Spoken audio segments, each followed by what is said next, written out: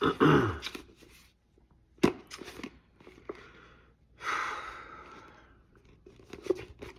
are reading Contempt of Court, the turn of the century lynching that launched 100 years of federalism. Mark Curriden and Leroy Phillips Jr.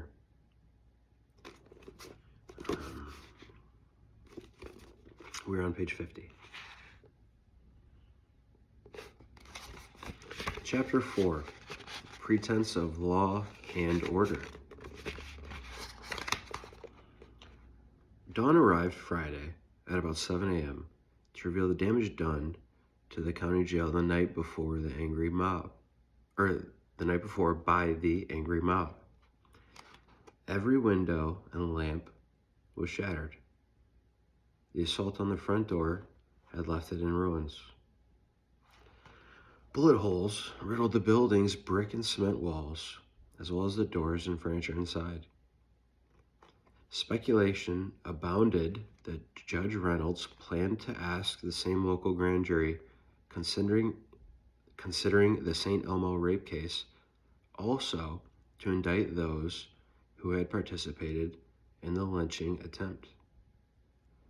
The grand jury, which consisted of a dozen local citizens, had been called into special session for Saturday.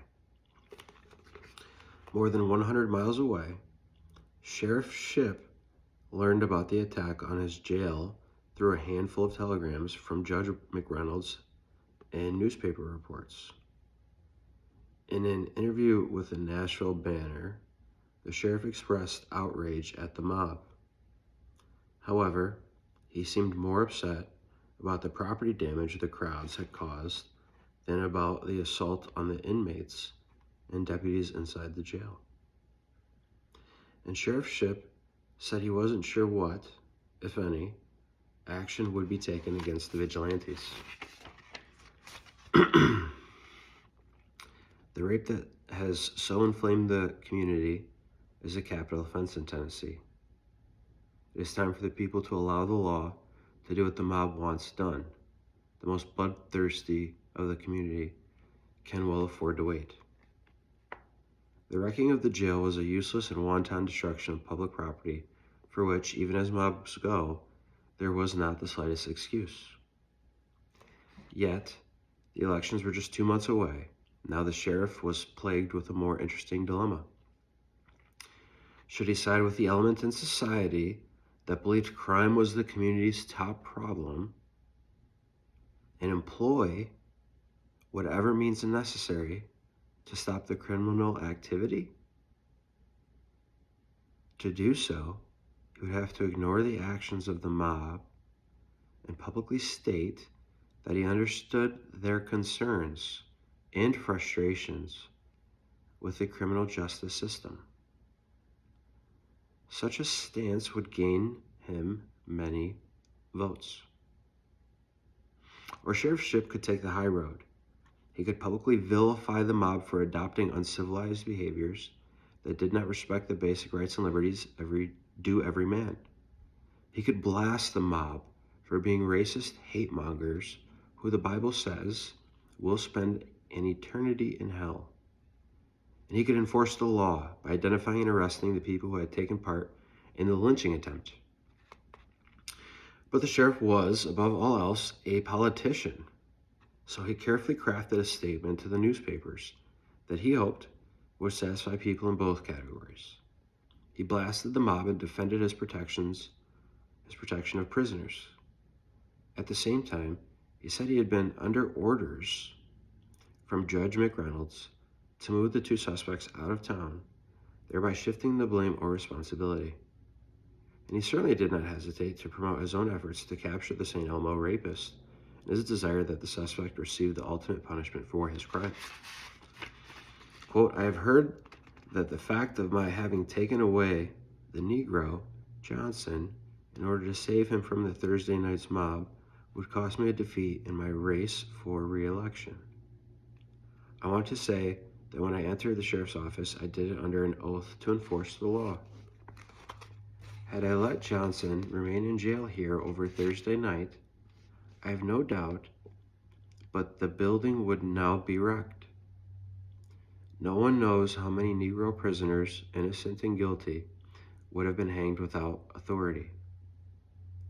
I took Johnson and Broughton away to save their lives until some definitive evidence could be gathered as to the guilt of one of them or the innocence of both of them. During the interview with the Banner, Sheriff Shipp pointed out that officials in Little Rock, Arkansas, were preparing to execute a black man for assaulting a white woman. The circumstances were nearly identical to the St. Elmo case. In the Arkansas case, the crime had been committed on December 29th. The trial took place January 5th. By the end of that day, the suspect was found guilty and sentenced to die. The hanging was set for February 4th. Quote, "Justice is quick enough when it really wants to be. This is not quite so quick as lynching, but it reads better in the statistics," unquote. Sheriff Shipp and Judge McReynolds wanted the Ed Johnson rape case to move along in the same speedy manner. The evidence against the defendant was starting to mount, they contended. Ed Johnson fit the general description that the victim had given police. Will Hickson identified Johnson as having been near the crime scene with a leather strap identical to the one used in the attack. The sheriff also believed he had caught Johnson in some contradictions that indicated he was hiding the truth. And Sheriff Shipp and Judge McReynolds hoped that Ed Johnson would simply admit his guilt. But the suspect showed no signs of making a confession. Instead, he became more insistent of his innocence. At that point, the sheriff tried one of the oldest tricks in the law enforcement how-to book, a tactic that has long since been banned as unconstitutional. The sheriff had Broughton, the other black man who had been arrested in the case, put into the same cell as Johnson in Nashville. In doing so, Sheriff Shipp turned the other inmate into an agent for the state. The sheriff, who told Broughton what he wanted, hoped the future preacher would have some sway over Johnson. Quote, "You should not go to your death with a lie on your lips," unquote. Broughton told Johnson, quote, "You should pray with me and confess your sins to God and to man," unquote. In the next cell, the sheriff planted an undercover deputy who could hear if Johnson did confess. Despite many tries, however, they were frustrated. Johnson stuck to a story of innocence.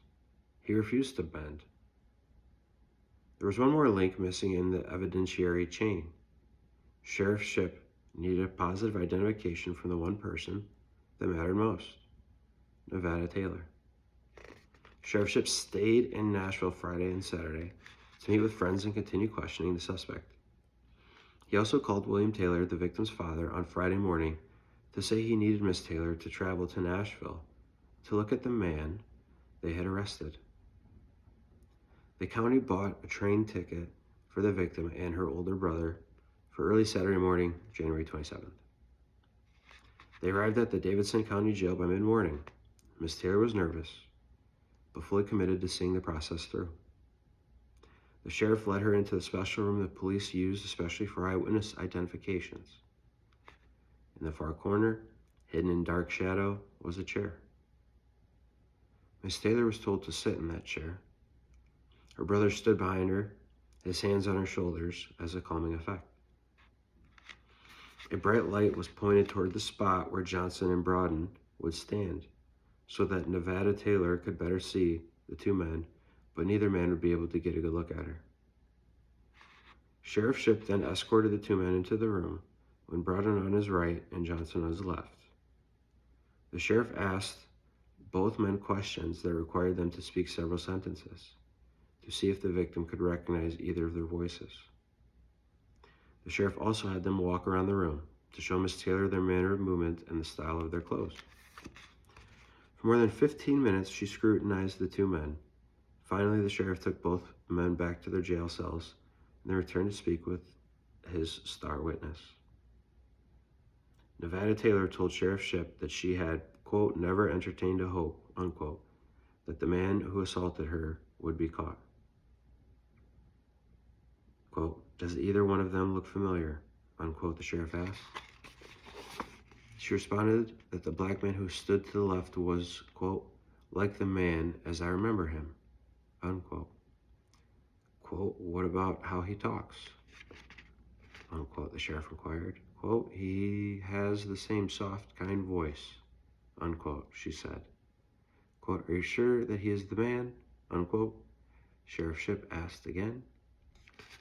Quote, "From the Negro's general figure, height, and weight, from his voice, as I can distinctly remember it, from his manner of movement and action, and from the clothing he wears, it is my best knowledge and belief that the man who stood on your left was the one who assaulted me," unquote, Miss Taylor stated. But she had something else to say as well. Miss Taylor wanted to make it clear that she and her family deplored mob violence. She said her younger brother had been angry over the attack. The night of the mob siege on the jail, her younger brother had participated in, quote, "some hot talk," unquote. She said he now regretted his statements and involvement that night, and he promised never to do it again. Nevada Taylor wanted the sheriff and the newspapers to tell the people of Chattanooga that she did not approve of the attempts to lynch the man accused of raping her. Her statements were officially recorded and made part of the case file. At a time when black-on-white crime, especially the attack by a black man on a white woman, was considered so outrageous, Miss Taylor's comments were extraordinary. After all, the mob and its leaders considered its primary purpose to be the protection of the white woman's purity from the black man. Sheriff Shipp thanked Miss Taylor for courageously going to Nashville and facing her attacker. He said he would take the train back to Chattanooga with them, but he needed to send a telegram first. They agreed to meet at the train station after having a bite of dinner. To Judge S.D. McReynolds, Criminal Court of Hamilton County, from Sheriff Joseph Shipp, date January 27th, 1906. Nevada Taylor has identified suspect. Proceed with grand jury.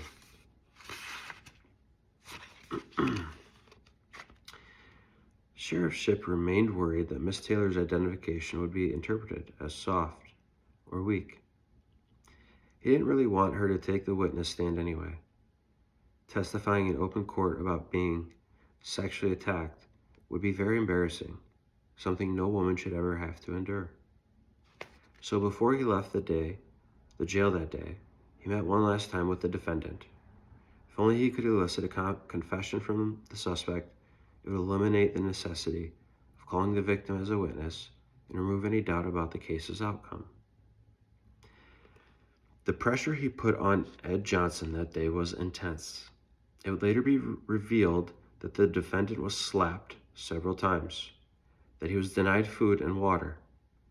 The sheriff told news reporters that the defendant was close to breaking. This information, the sheriff believed, would convince people that he had arrested the right man. But in the end, Johnson did not break, nor did he ever come close to confessing. He remained unwavering in his story. He had not attacked Nevada Taylor, he said. Back in Chattanooga, Judge McReynolds received the telegram from the sheriff and immediately proceeded with the case. 2 days earlier, he had sent word to the 12 white men who were then sitting as grand jurors that they should report to the courthouse Saturday afternoon for a special session. The judge didn't indicate why he wanted them there, but each were aware of the St. Elmo rape case. Then, as now, grand juries in Tennessee sat for about 6 months. The tribunal consisted of at least a dozen, sometimes as many as 16, local citizens supposedly chosen at random from the property and voting records. Only white men had ever served on the panel. No black people or women of any color had ever been summoned to serve. Black people weren't specifically excluded by law, but court officials in Hamilton County and across the South frequently employed a clause in the law requiring that grand jurors and jurors be, quote, men of good morals and character, unquote.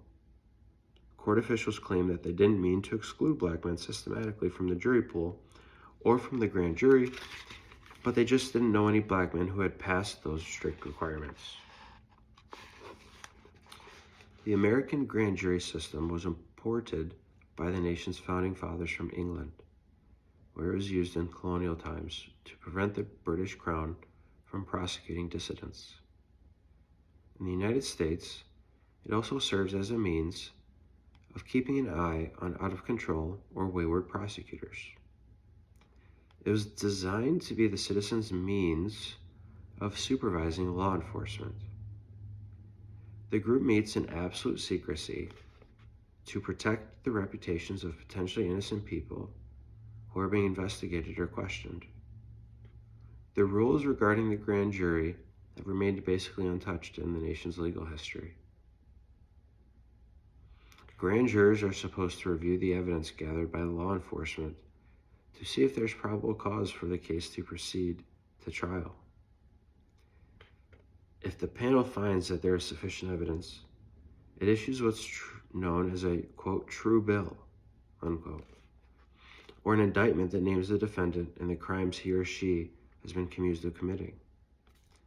If the grand jury does not believe there is enough evidence to suspect the person of the crime, then they return a, quote, no bill, unquote, which prevents prosecutors and police from moving forward in their case against the defendant. This particular panel of grand jurors had begun their service in January 1906. They were not scheduled to meet again until mid-February. But about 3 p.m., they filed into Judge McReynolds' courtroom. He wanted to speak with them before they went behind closed doors to hear from the district attorney and police.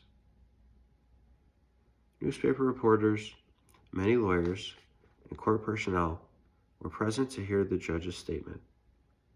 He began by addressing the Johnson case. Such outrages as this must have the immediate attention of the law, that the law may be preserved. It is the, quote, law's delay, unquote, that brings about mob spirit. And this court is determined that there shall be no delay in enforcing the law in this instance, and that the court is equally determined and takes this method to serve notice on this community, that the law shall be respected. And if in the investigation of this most dreadful crime, that there is any attempt to interfere with the due process of law, the law shall and will be preserved at any cost of treasure or human life. These are not idle words, but after deliberate thought and full determination. Unquote. Judge McReynolds said the grand jury would also have to investigate the mob's assault on the county jail. He said it was a misdemeanor to wantonly injure, deface, or destroy a public building. More important, he added, it was a felony, punishable by imprisonment from 3 to 21 years.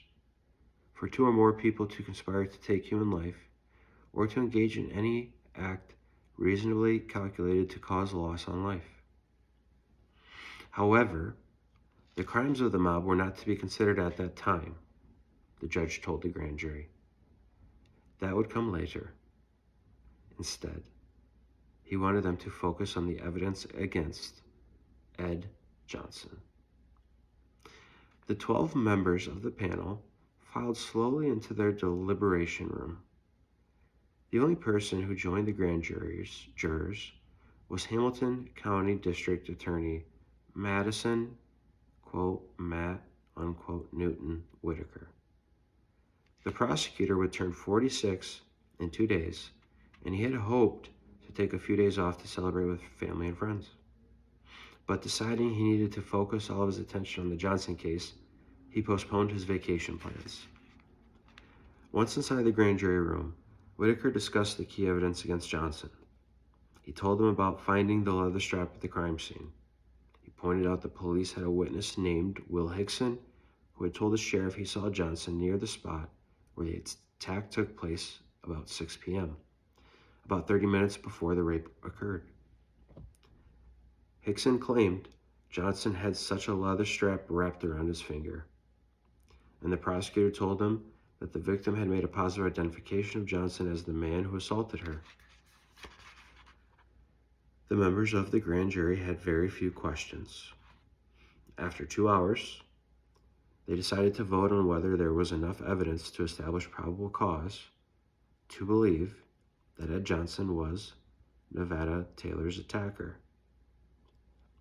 The vote was unanimous, a true bill. At 5 p.m., the 12 men filed out of the grand jury room and into the courtroom. The grand jury foreman, J.C. Forstner, handed Judge McReynolds the ominous single sheet of paper that was the indictment. They took no action regarding the lynch mob. Their work for the day was done. The judge thanked each member of the tribunal for coming to the courthouse on a Saturday, and the dozen men left the courtroom. Later that afternoon, Whitaker, Shipp, who had just arrived back in Chattanooga, and McReynolds met privately at the judge's home on 9th Street. In modern times, such a meeting would be considered highly unethical. Judges are not allowed to meet with either side of a case individually. But this was long before the American Bar Association had issued their, quote, Code for Professional Conduct, unquote, which prohibited ex parte or private communications between judges and prosecutors in a case. Indeed, it was commonplace in 1906 for the judge and the prosecutor to map out the strategy for the trial together. There was much planning to do, and so many questions to answer. How soon should they hold the trial? Should Johnson be tried quickly, to quell the cries of the town? Or would it be better to delay any trial for months, praying that tempers would evaporate? What about moving the trial to another county? If they delayed the trial, Sheriff Shipp said he could leave Johnson locked up in the jail in Nashville for safekeeping. More time would mean more opportunities for the defendant to confess, he said. But Judge McReynolds reminding them of two things. First, it was an election year, and the people demanded swift and certain justice. Second, he had promised the mob the trial would take place quickly. He would not go back on this word. They all agreed the trial would take place as soon as possible, maybe within the week. Quote, but we must keep all of this in the closet confidences, unquote. The judge said, quote, when the trial would begin, must remain among us, unquote. The consensus was the mob would strike again, especially if people believed that Johnson was back in the local jail. For that reason, all plans to bring Johnson back to Chattanooga and trying him were not to be mentioned outside of the three of them. Quote, what is the chance the Negro will plead? Unquote, Whitaker inquired. Shipp said he doubted that would ever happen. If Johnson was unwilling to admit to the crime, even privately to a minister, he certainly would never make a public admission of guilt. Besides, no defense lawyer would let his client plead guilty to a crime for which the state was seeking the punishment of death.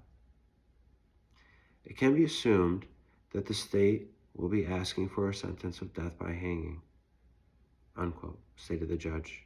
Quote, I think the people demand it, unquote. The sheriff and the district attorney nodded in agreement, which led to another problem.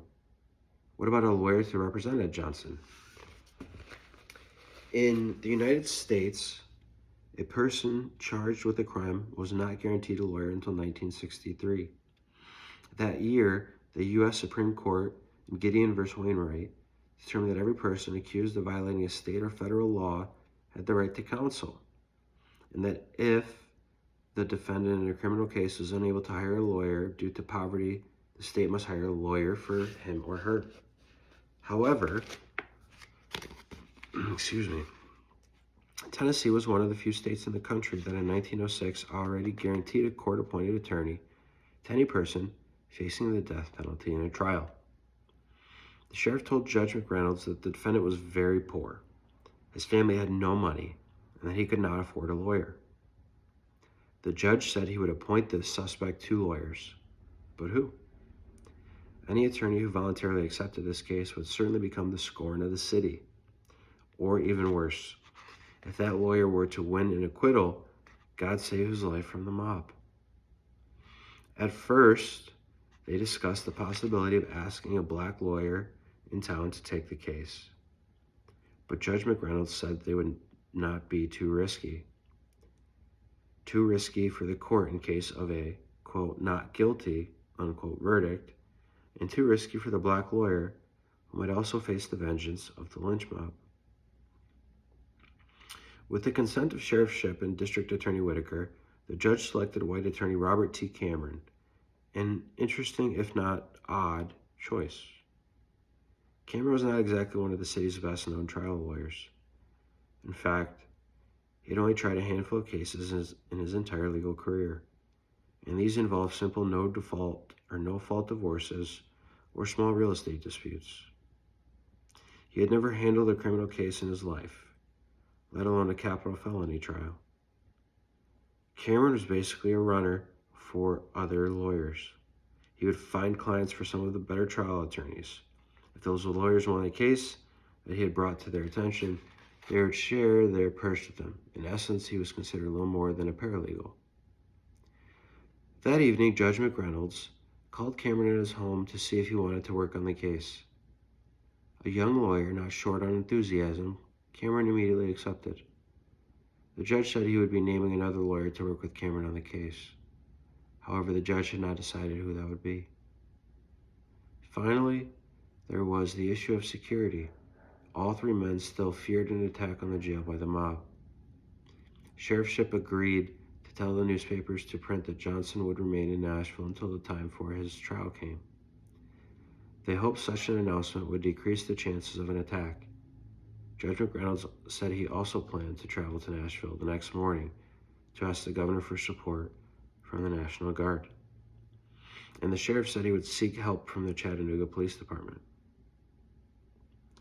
The newspapers certainly played along. Whatever the judge, prosecutor, or sheriff told them, they printed as fact. Seldom did they ever attribute information, and never did they seek a second source for confirmation. The next day, for example, both newspapers told readers that the evidence against Johnson was strong. The Chattanooga News, which frequently referred to Johnson as, quote, the Negro brute, unquote, printed that, quote, the noose around the Negro's neck is tightening, unquote. Quote, in case of the guilt of Johnson being proven, there will be no unnecessary delay in executing the sentence of the court. A gallows stands in the jail, erected months ago to meet an emergency. Hangman's ropes are in possession of the sheriff already stretched with the knot already tied, unquote. Late that evening, Judge McReynolds and his wife drank hot tea and ate pecan pie at one of downtown Chattanooga's finer establishments. As they were finishing, Louis Shepard, a former judge and possibly the most prominent member of the local bar, stopped by to say hello. Judge Shepard, as he was referred to by most citizens and the news media, told Judge McReynolds he had heard that Robert Cameron had been appointed to defend Ed Johnson. The judge acknowledged that it was so. Quote, this is a very important case, unquote, Shepard told Judge McReynolds. Quote, you need to have one of the older members of the criminal bar involved, unquote. The former judge cited several prominent lawyers who would do an excellent job. Judge McReynolds interrupted, quote, why don't I appoint you, Judge Shepard, unquote. The offer fed the ego of the seasoned criminal defense attorney. McReynolds felt the advice from Shepard was merely a means of soliciting an offer. Shepard said he would accept the appointment under one condition. McReynolds must convince another prominent lawyer, W.G.M. Thomas, to join the defense team as well. Reynolds nodded in agreement. Quote, "I'll see what I can do," unquote, he said. The two men shook hands and Shepard left. Mission accomplished. When McReynolds and his wife returned home, he called his court bailiff and asked if he would inform lawyers, Cameron and Thomas, to be in his office the next day at 9 a.m. Sunday morning found the skies above Chattanooga overcast and the temperature below freezing. Snow was predicted. Robert T. Cameron and W.G.M. Thomas arrived at the judge's chambers on time, neither knowing that the other had also been requested. Both men were dressed in their Sunday best, preparing to attend church. Cameron assumed the meeting was about Ed Johnson. Thomas, on the other hand, was baffled about why the country's criminal court judge would summon him to his chambers, especially since Thomas, like Cameron, had never handled a criminal case during his career. Born in Canada, Thomas was a graduate of the Vanderbilt University School of Law. He opened a civil litigation commercial law practice in 1882 with his brother, and the two men remained together in business for more than 40 years. In fact, the law firm he created remains in operation even today, with Thomas's descendants still as partners. By 1906, 49-year-old Thomas was earning good money defending insurance companies against lawsuits. Different Tennessee governors appointed Thomas to various political positions over the years, including police commissioner of Chattanooga, election commissioner, and a member of the State Board of Law Examiners, the committee that approved the rejected requests for law licenses in Tennessee. Judge McReynolds wasted no time in getting to the point. He needed lawyers with solid reputations in the community to represent Johnson in the upcoming trial. He planned to appoint 3 men, and he said he was looking at 2 of them. Thomas was shocked. He immediately pointed out that they were not criminal defense lawyers. He immediately pointed out that they were not criminal defense lawyers, and that such a significant case required nothing less. He told the judge he had his own cases to argue in civil court, and he pleaded with Judge McReynolds to pick someone else. The judge, though claiming he understood these concerns, was unmoved. It was within his authority to appoint counsel to a criminal defendant in a case, and he was doing so. But there was even more bad news for the 2 lawyers. They had to get their cases ready for trial within a week, maybe less. The judge said he had another important murder trial to complete, that of Floyd Westfield, but it should be finished up by Thursday. The Johnson trial, he said, could begin as soon as Friday. Cameron and Thomas were dumbfounded. They could not adequately investigate what had happened, learn the criminal law that applied in the case, and develop a defense in less than a week. They needed at least a month. Again, Judge McReynolds said that was impossible. They had a week, and that was it. Besides, he told them, there was little to debate in this case. Finally, the judge said he would be appointing Louis Shefford to join them. A former prosecutor and experienced trial attorney, Shepard knew criminal law procedures better than any attorney or judge in Chattanooga. That announcement seemed to ease the heightened apprehension of the 2 civil attorneys.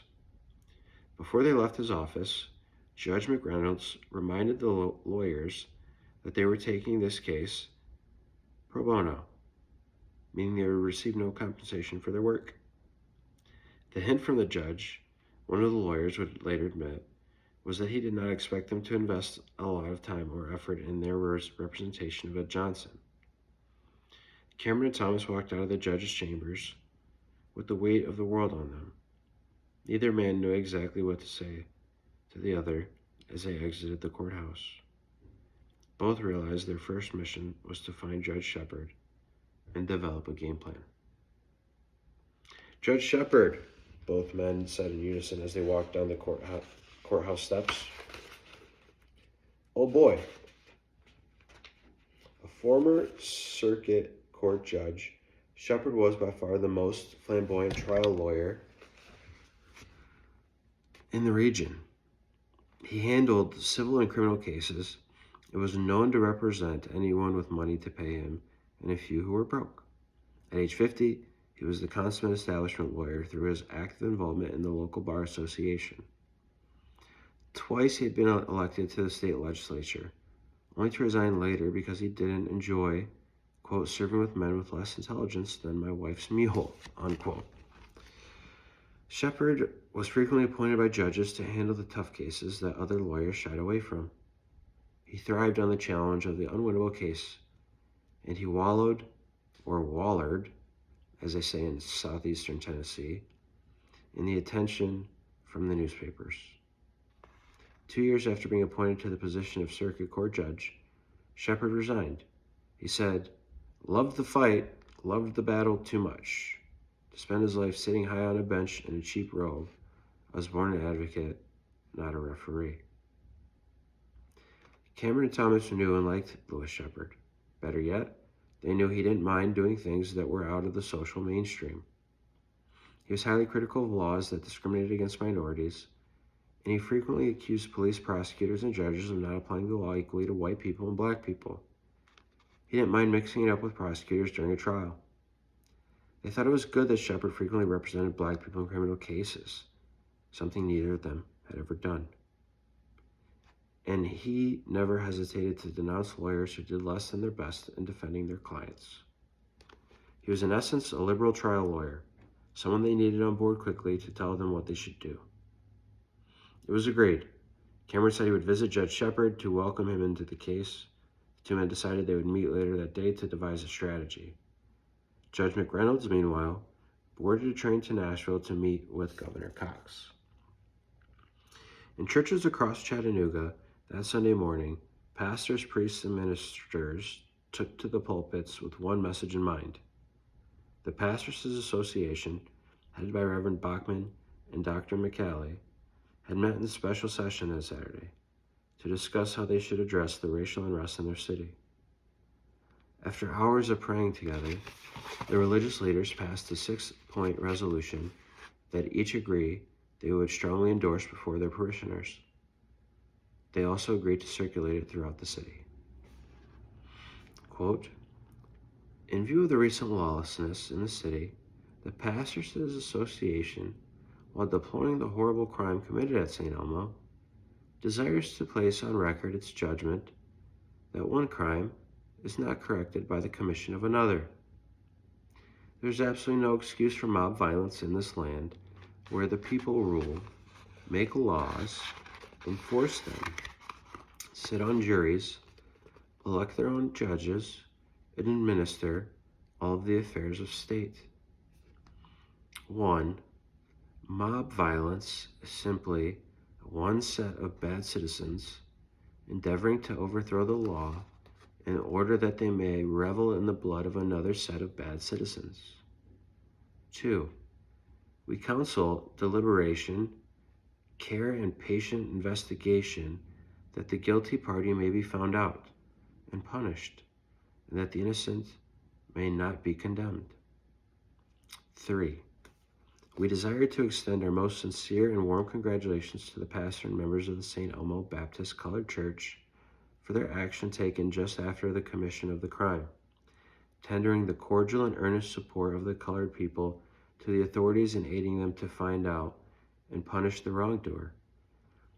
This action of theirs speaks well for them and teaches us all a lesson that we should not condemn a race for the wickedness of one of its members. 4.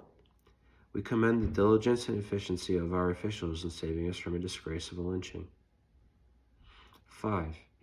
We call on all good citizens to give their aid to our officials in suppressing the reign of lawlessness in our city and in meting out just punishment to the criminals in accordance with law and order. 6. This association tenders its sincere sympathy to this family and others who have suffered from such a brutal and horrible outrage.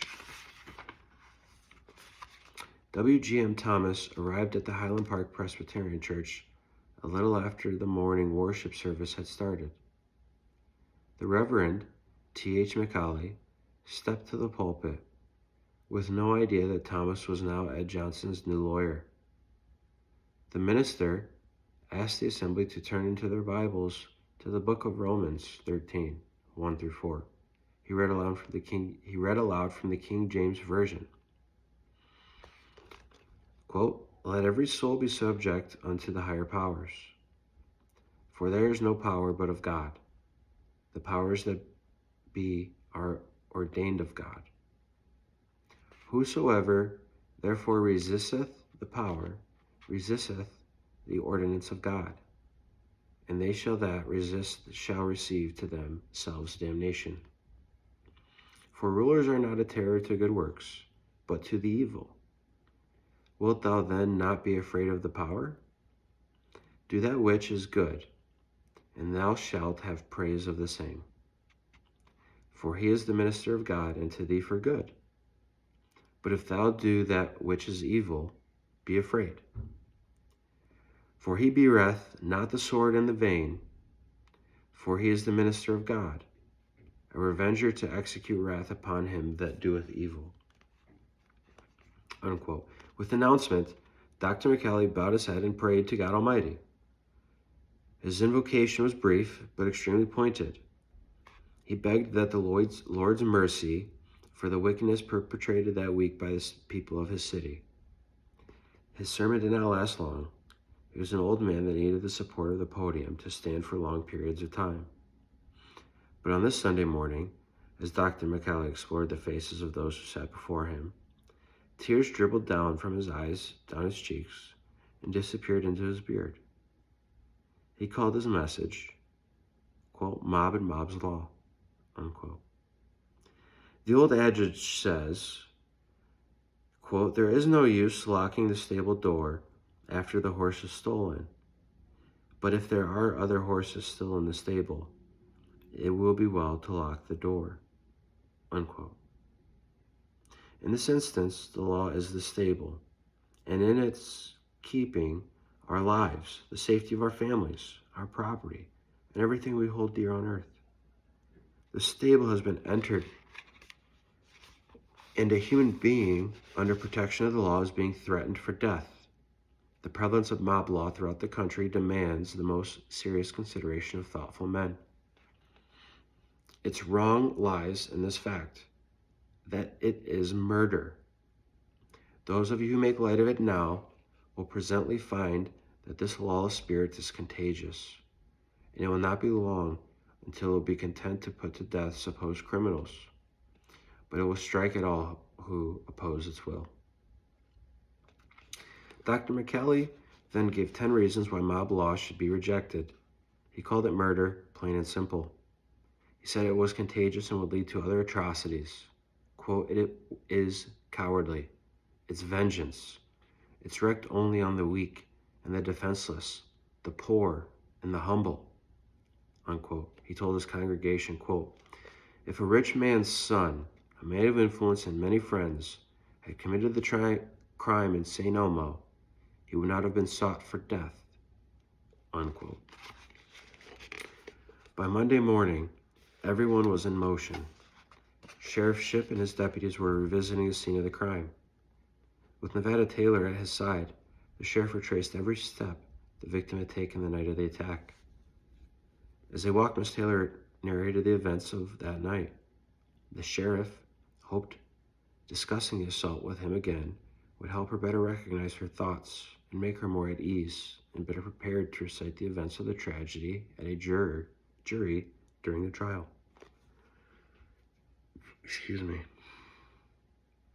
That same day, Chattanooga Police Chief John Mosley, whom Sheriff Shipp had asked to help in the investigation, visited the Last Chance Saloon to check on the list of men who Johnson claimed would verify that he was at the bar at 6:30 p.m. on January 23rd.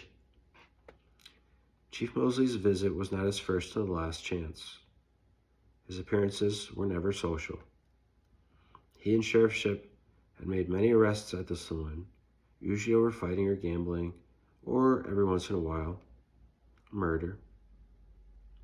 Though black and white people frequently shopped at the same stores, they seldom socialized together. The Last Chance was one of the few places in Chattanooga where people of both races drank and ate together. They just weren't people who were considered respectable. Chief Mosley questioned every man in the bar about Ed Johnson. Some knew him because he had worked there. Others played pool with him. None had a bad word to share about Johnson. They all expressed surprise that he would or could execute such an attack. The police chief had little interest in the opinions of these men. Most were drunk or well on their way. What he really wanted to know was if any of them could testify under oath in a court of law that Johnson had been there in the saloon with them at that exact same time Miss Taylor was raped. Not a single person stepped forward. The owner of The Last Chance told Chief Mosley that Johnson was there that night. He said he remembered seeing him around 5 or 5:30 and recalled selling Johnson a glass of gin somewhere around 8 p.m. However, the owner said he could not vouch for Johnson during the hours in between. The criminal defense lawyers were also starting their effort. As a sole attorney with experience in criminal cases, Shepard took control. Cameron and Thomas gave his judgment considerable weight. In developing their strategy, Shepard listed several things the lawyers needed to do immediately. They needed to interview their own client. They had to find out from his lips what had happened. They needed to know what he told the sheriff or others. They needed to visit the crime scene at the time of evening when the attack took place. The idea was to see what the lighting conditions were and to try to uncover witnesses who might have seen something. They needed to find an alibi witness. They needed to find any alibi witnesses who could testify that Johnson was with them at the time of the attack. They needed to learn all the evidence that the sheriff and district attorney had against their client. But above all, Shepard told his colleagues, they must create reasonable doubt in the mind of the public. They must use the 2 newspapers to convince people that Johnson deserved a fair trial. The public condemnation of their client might have developed too quickly, that he actually might be innocent of the crime. While the other 2 lawyers searched for evidence, Shepard went to visit his friend and colleague, Noah Pardon. Shepard had high regard for Pardon, who had established himself as the city's premier black lawyer. The 2 had worked together in cases, and their relationship was not only professional, but social. But this visit was purely business. By the time Shepard arrived at Pardon's law office, word had spread that he was defending Johnson, and Pardon knew why he was there. Quote, "You want to help us in this case?" Unquote, Shepard inquired. Quote, "No, thank you," unquote. Pardon responded, quote, "I like my practice here just fine," unquote. "We need help. We need your help," unquote, Shepard repeated for emphasis. "Johnson may be innocent. I don't know. But this is the kind of case where we need to have some strong evidence to convince a jury that he's not the guilty man," unquote. The 2 lawyers discussed the case for several hours. They agreed that the evidence against the defendant was less than overwhelming.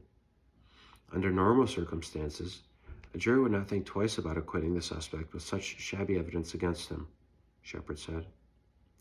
"But people are very upset," Pardon said. "They want someone to die for this. Evidence be damned. You need a proof of actual innocence. You need solid evidence that Johnson cannot be the guilty man, or evidence pointing directly at someone else," unquote. Shepard confided that Johnson had given the sheriff a list of a dozen or so men he thought would testify that he was with them at the Last Chance saloon at the time of the attack.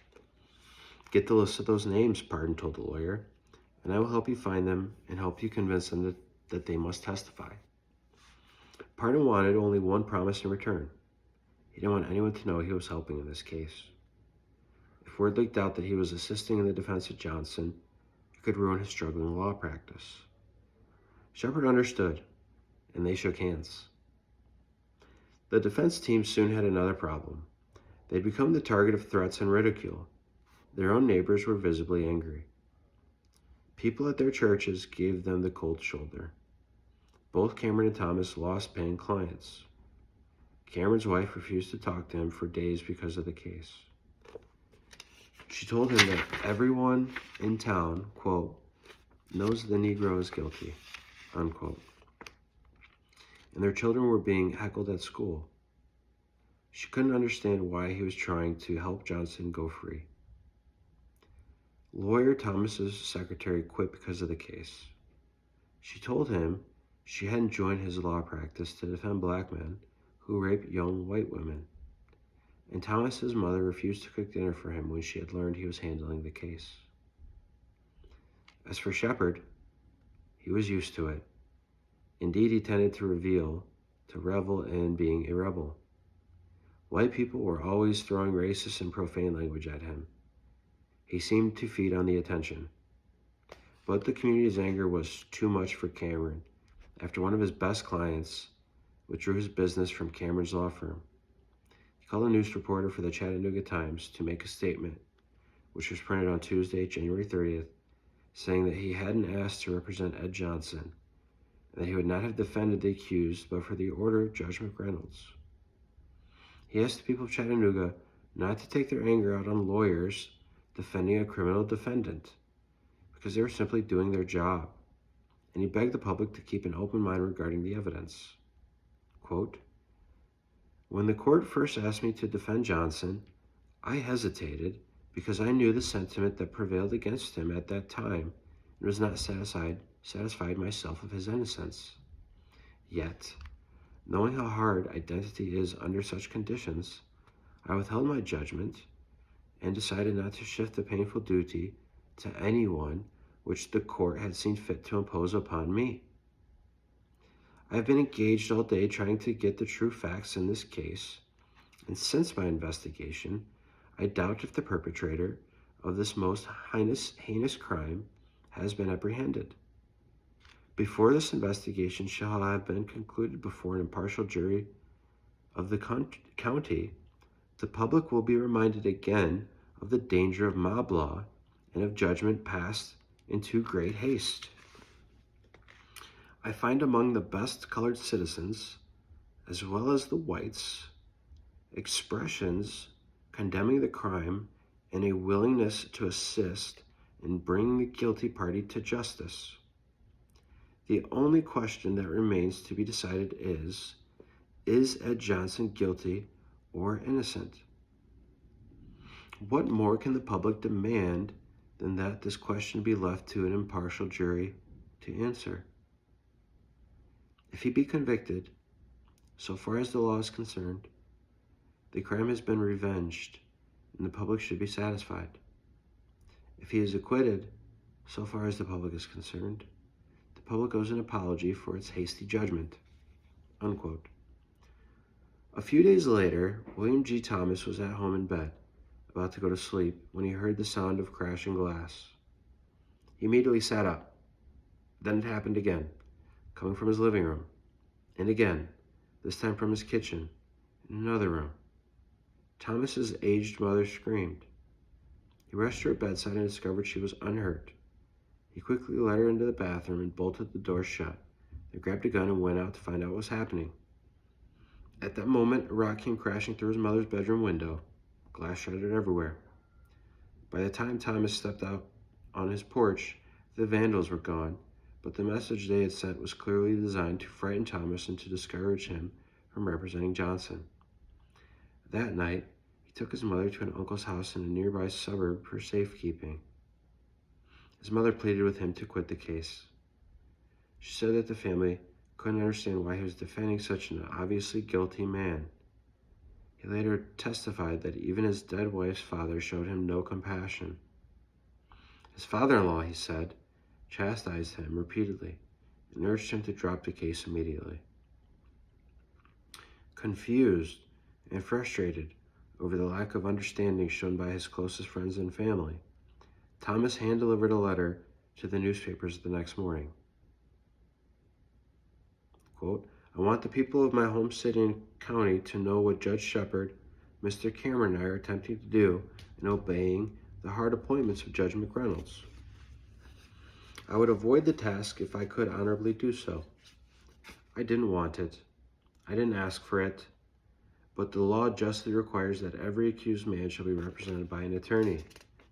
And it became the duty of Judge McReynolds to select some lawyers from the Chattanooga bar, and that this lot has fallen on me, and I shall not dodge or shrink the hard duty thus imposed.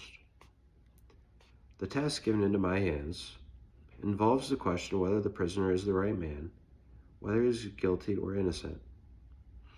If the prisoner is the guilty man, he has forfeited his life under the laws of both God and man, and an outraged law will rightly condemn him to death. If he is innocent, if some other person is the scoundrel, then no one would demand innocent blood, nor would want an innocent man to suffer. I'm trying with all my power to solve that question. I'm trying to ascertain the truth. I'm not trying, and I shall never try, to free a guilty man. I am doing my best to find if I can whether he is guilty or innocent. I ask, therefore, that the good people of this city and county withhold their judgment of my associates, and I, until we can complete a fair and impartial investigation. W.G.M. Thomas. That Monday night, large crowds once again began to rendezvous downtown near the jail. Most of them came after patronizing nearby taverns and saloons, where they had freely indulged themselves with liquors, wines, and beer. About dusk, they began to move in small crowds, gathering on street corners and participating in loud, inflammatory discussions. There were rumors circulating around town that the sheriff had secretly brought Ed Johnson back to Chattanooga from Nashville. Speculation was wild that the trial might begin the following day. One thing was certain: the people of Chattanooga were extremely disgruntled about the delay in the case.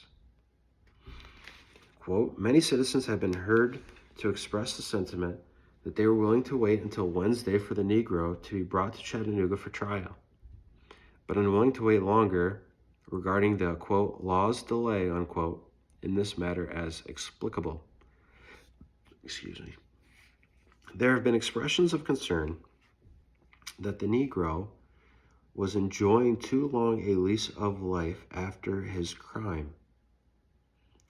There exists a determination to see that the Negro, Johnson, shall pay the extreme penalty for his terrible crime. Chattanooga News, Wednesday, January 31st, 1906. But this night, Sheriff Shipp and Police Chief Mosley were well prepared. They had their deputies posted on street corners several blocks around the jail. Squads of sheriff deputies were ordered to clear the streets directly surrounding the jail. The police officers, meanwhile, were told to keep people moving on nearby streets. No one was allowed to loiter on street corners. Keep the groups small and keep them moving, the officers were told. The deputies near the jail were also provided with high-powered rifles and told to protect the jail, and the courthouse using any and all measures. In addition, the Reverend Bachman and Dr. McCallie were asked to be present at the jail in case the other precautions failed. It worked. What had obviously started as an attempt to riot and raid the jail was completely diffused. The next 2 days were somewhat peaceful. There was still talk among many of the city's hotheads about raiding the jail, but they agreed they should wait until they knew for sure that Ed Johnson was locked up there. Sheriff Shipp, District Attorney Whitaker, and defense lawyer Shepard, Cameron, and Thomas met with Judge McReynolds several times during the week to discuss the case. Their main topic was when to conduct the trial. The state and the judge wanted it to begin quickly, within days.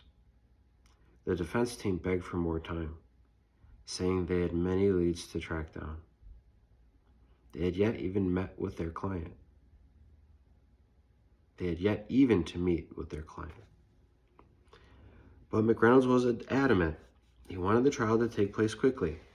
A speedy trial was the only thing that would satisfy the demands of the community, he said, and could thus preserve the rule of law in order and prevent further lynch mob attacks.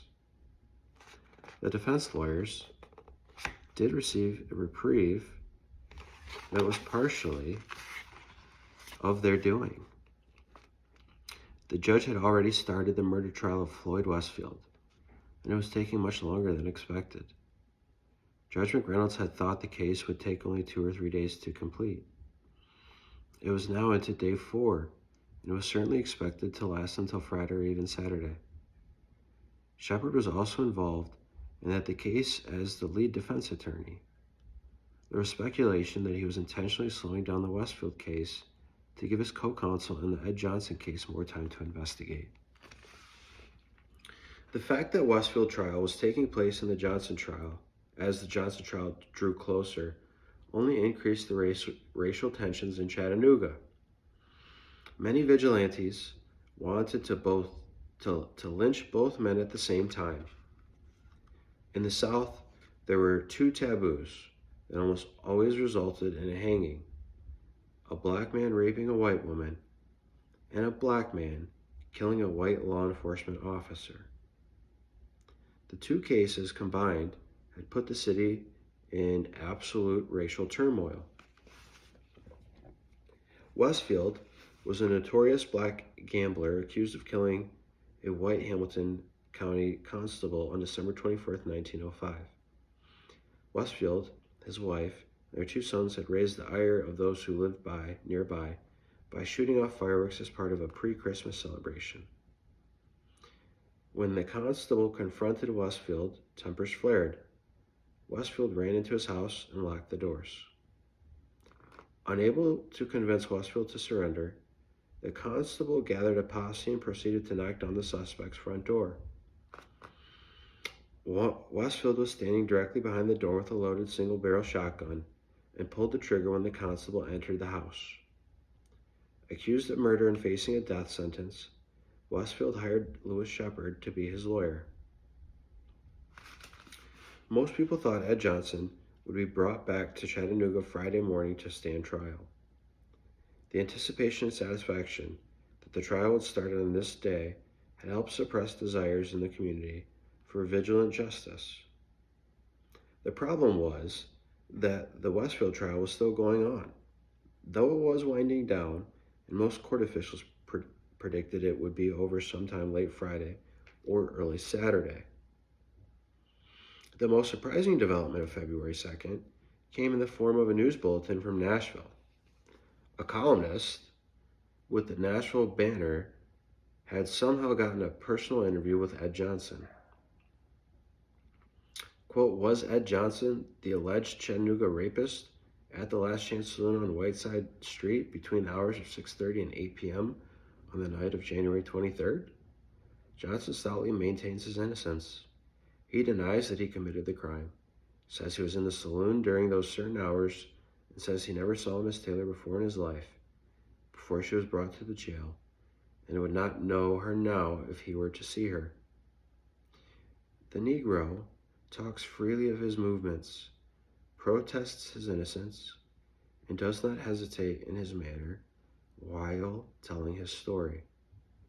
He does not appear to be a Negro of education, is respectful in manner, and is not a mean face. If he is faking in his story, he is more intelligent than he looks and has rehearsed it until he had it down pretty well. Unquote. Shepard and Thomas learned of their client's statement to the newspaper when they arrived in Nashville that Friday morning to meet him for the first time. Judge McReynolds had given Shepard the day off from the Westfield trial to meet with his new client. After formal introductions and explanations about their roles in the case, the lawyers wanted to know why he had spoken to a journalist. Johnson told them that he only spoke with that particular reporter because the columnist had been by to visit him every day and had been nice to him. Quote, besides, "It was the truth what I said," unquote, Johnson told them in a slow southern drawl. Quote, "So what does it matter?" Unquote. Even so, the two lawyers made him promise that he would make no more statements to the newspaper. They feared that any comments he made might contradict his other statements, and this could be used to undermine his credibility in court. Then they proceeded to review his case. For several hours, the attorneys at Johnson walked them through the afternoon and evening of January 23rd. He told them his every step and gave them the names of people he remembered seeing and speaking to that afternoon and evening. Those people, he said, would vouch for him. Shepard told him he was personally tracking down all of those men, but he warned Johnson that every one of them was black and all had reputations in the community for being derelicts and drunks. They would not make the best of alibi or character witnesses, the lawyer said.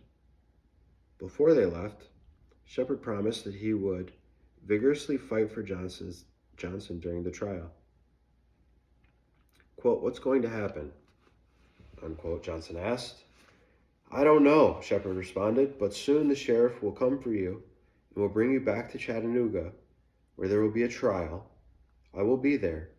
So will Mr. Thomas and another lawyer." Unquote. Quote, "Will I be able to go home and see my mother?" Unquote, he asked. Quote, "Ed, these are very serious charges," unquote, the lawyer said. Quote, "You should pray very hard. Your life is at stake. The people of Chattanooga are very mad, and they want someone to die for this crime," unquote. Quote, "But I don't understand," unquote, Johnson continued. Quote, "I never done what they say. I swear to God I didn't. I've never seen the woman they brought up here before. I didn't even know where she lived. I just want to go home," unquote. Shepard put his arms around his clients and gave him a strong hug. At that moment, the lawyer knew the authorities had the wrong man. As they left for home, Thomas shook Johnson's hand and promised they would do what they could for him. The next morning, Saturday, February 3rd, Ed Johnson was awakened early in his cell by Sheriff Shipp, who had come to get him. They were taking him to the next train back to Chattanooga. The trial was expected to start later that day or early Monday morning. Johnson simply nodded and dressed. Shipp attached the handcuffs, one to Johnson's right arm and the other on his own left arm. Outside the cell, three deputies from Hamilton County waited to escort the suspect back to Chattanooga. Their purpose was as much to protect the sheriff and suspect from any attackers as to keep an eye on Johnson. Only Shipp, Judge McReynolds, and District Attorney Whitaker had any advance notice that Johnson was being brought back. The officials didn't even tell the other deputies, who stayed behind. Johnson's own lawyers weren't notified until after the trip had begun. The judge and sheriff continued to fear another attack on the jail. But when Johnson and his entourage arrived in Chattanooga, they were met with bad news. The Westfield jury had still not returned a verdict. Worse, news had somehow leaked out that Johnson was being brought to town soon. No one knew the prisoner was there yet, but deputies said the speculation around town was that he'd be back and in jail during the weekend. Several officers said they had heard a group of agitators plan to form a mob to attack the jail again in the next day or two. After Shipp consulted briefly with the Judge McReynolds, the two men agreed Johnson should not stay in the Hamilton County Jail during the weekend. It was too risky. The sheriff assigned 3 of his deputies to rush the prisoner back to Nashville immediately before anyone discovered he was in town. After all, no trial could begin until Monday morning anyway. That Saturday night, the jury in the Floyd Westfield trial returned with a verdict. For many hours they had been deadlocked, unable to reach a unanimous verdict. 9 men believed he was guilty of murder in the first degree. 3 thought he should be convicted of a lesser charge. But Judge McReynolds made it clear to the jury that they would not be going home until they reached a unanimous decision. Finally, late Saturday night, the 3 holdouts conceded. Westfield was found guilty and sentenced to die.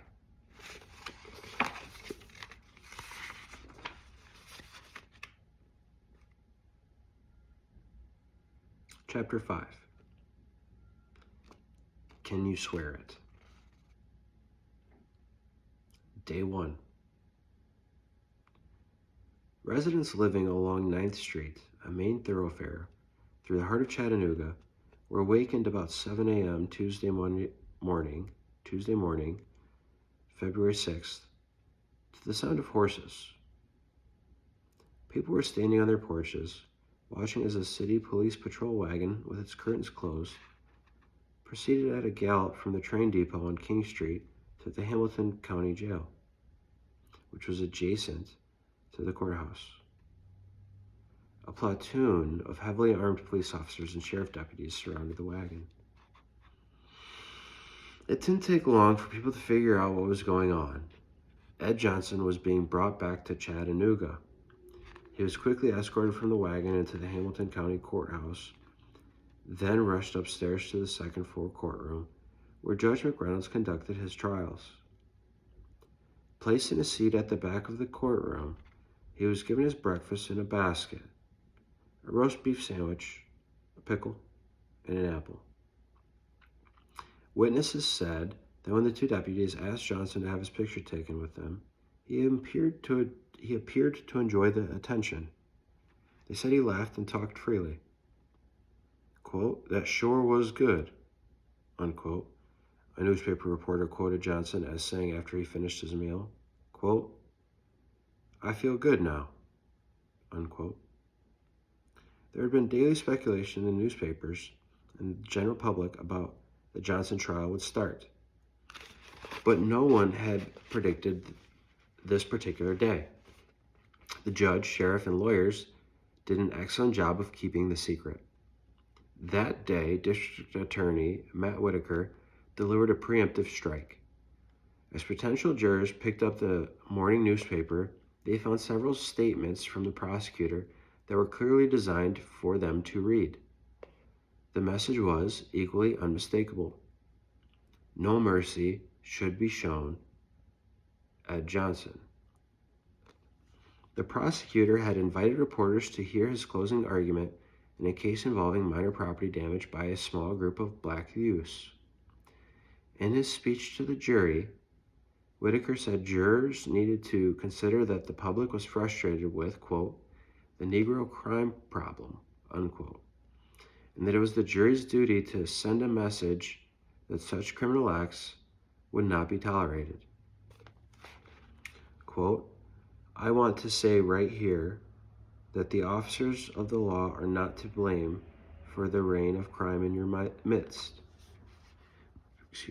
The fault for the present reign of crime lies not in the officers of the law, not with the judge on the bench, not with the attorney general in the pit, and not with the sheriff at the jail. It lies with the juries of this county and with the men in the jury box.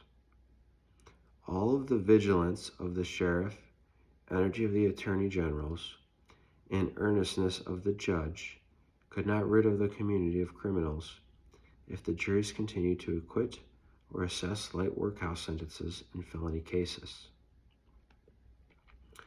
Such a statement was not only inflammatory and prejudicial, but should have resulted in an immediate postponement of the start of the Johnson trial. It also should have caused Whitaker to be sanctioned for his inappropriate comments. However, neither the judge nor the defense attorneys ever complained or objected to the statement. Instead, trial preparations proceeded. Security around the courthouse was tightened.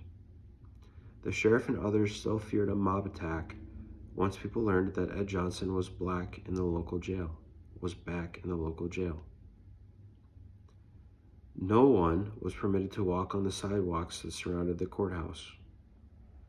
An armed guard stood at every entrance. Only lawyers, law enforcement officers, and court personnel were permitted to enter the building. Policemen were stationed at every street corner. 40 uniformed officers walked downtown beats that morning. Extra deputies were sworn in to patrol the streets around the jail and courthouse to help detect and defuse any potential mob gathering. And the governor had promised immediate access to 100 officers in the Tennessee National Guard. At 9 a.m., Judge Samuel Davis McReynolds stepped into his courtroom dressed in the black robe. Everyone immediately stood up. The judge entered the room from a side door that linked his office to the courtroom and walked hastily toward the bench. His bailiff announced his presence with tradition. Hear ye, hear ye, hear ye. This honorable court is now in session. Any persons having business with this court, please step forward that ye may be heard. At that moment, every head in the courtroom bowed. All but Ed Johnson were familiar with the ceremony of the start of court. Quote, God save this state, the United States, and this honorable court, unquote, the bailiff concluded. With that, Judge McReynolds rapped his gavel and demanded order in his court. Everyone asked to be seated. When McReynolds was appointed as judge in 1903, at the age of 33, he was the youngest person ever to sit as a judge on the Criminal Court of Tennessee. His Irish parents were farmers and stock raisers in nearby Pikeville, Tennessee. McReynolds studied law at People's College in Pikeville, which would later change its name to Cumberland University between 1893 and 1895. He served as an assistant district attorney, prosecuting all sorts of misdemeanors and felony crimes.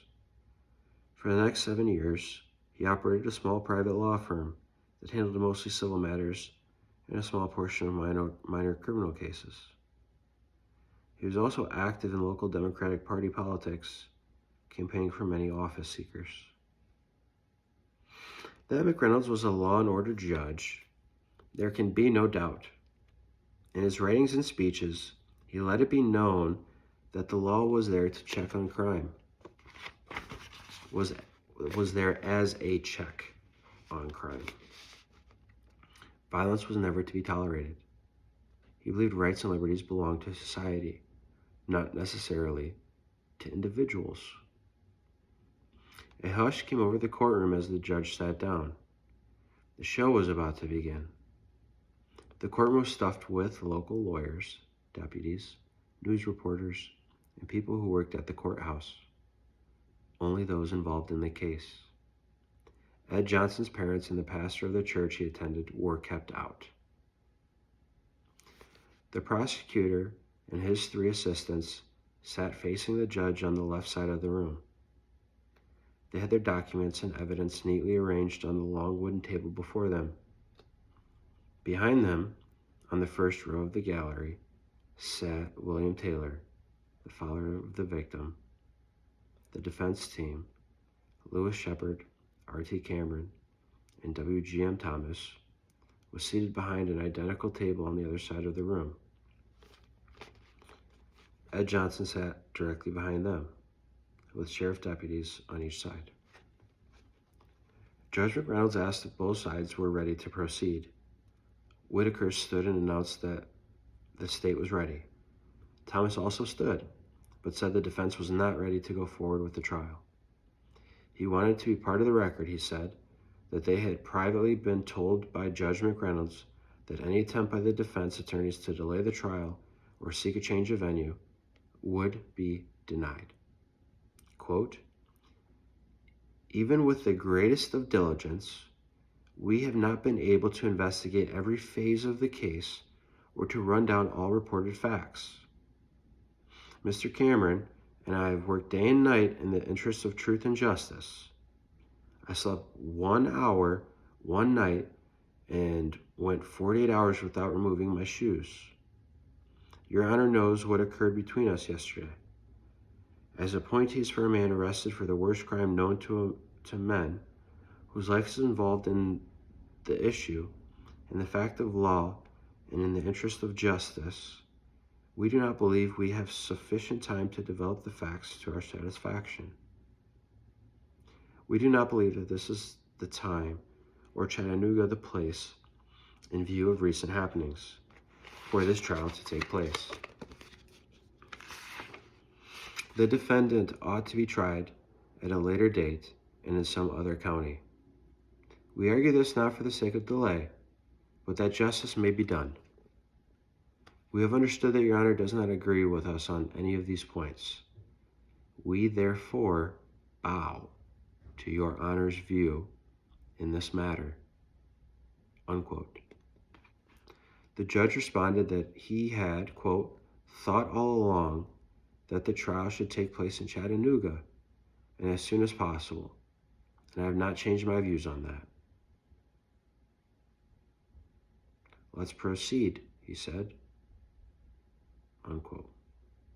Judge McReynolds had issued 36 summonses for local citizens as possible jurors. All of them were white men, and all but 2 of the 36 were present. Judge McReynolds was mystified why 2 local citizens had either ignored his summons or could not make it on this day. He gave a court officer the names of the 2 men and told him to go to their homes or their workplaces and find out why they were not there.